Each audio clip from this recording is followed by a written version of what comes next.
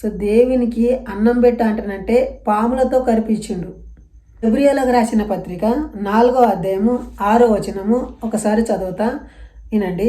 విశ్వాసము లేకుండా దేవునికి ఇష్టడైండుట అసాధ్యము. దేవుని ఇంతే చాలు మనకు. విశ్వాసం లేకుండా దేవునికి ఇష్టడై ఉండుట అసాధ్యమంట. సో విశ్వాసం ఎట్లుండాలంట? మత్తయి సువార్త 17వ అధ్యాయము 19 నుండి 3 వచనాలు చదువుతా. సో దయచేసి 19 నుండి చదివితే మీకు అర్థమవుతుందని చదువుతున్నా.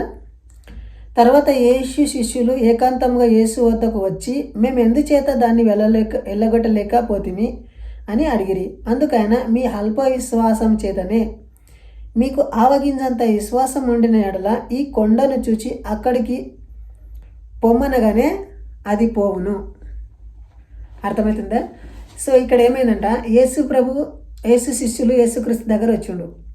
ప్రభువా, మేము దేని చేత మేము ఈ దయ్యాన్ని వెళ్ళగొట్టలేకపోతున్నాము, మాకు శక్తి చాలా పోకొచ్చింది అంటానంటే ఏమంటాడు, మీలో ఆవగింజంత విశ్వాసం ఉంటే చాలంట.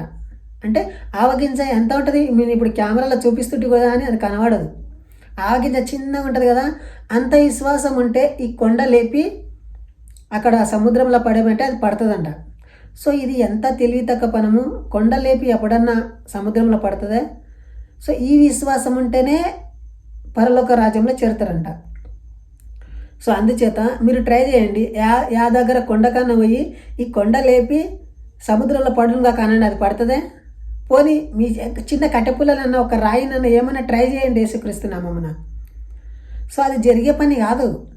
సో ఇది జరగకుంటే మీరు పరలోక రాజ్యంలో చేరే పని కాదు. బైబిల్లో చాలా అన్యాయాలు ఉంటాయి. సో దేవునికి అన్నం పెట్ట అంటానంటే పాములతో కరిపించిండు. సంఖ్యాకాండం 21వ అధ్యాయంలో ఆ చరిత్ర ఉంటుంది. 6 వచనాలకి కింద ఉంటుంది.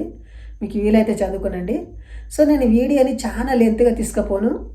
సో ఇంతవరకే ఈ వీడియోని ముగిస్తున్నా. జై హింద్, వందే మాతరం.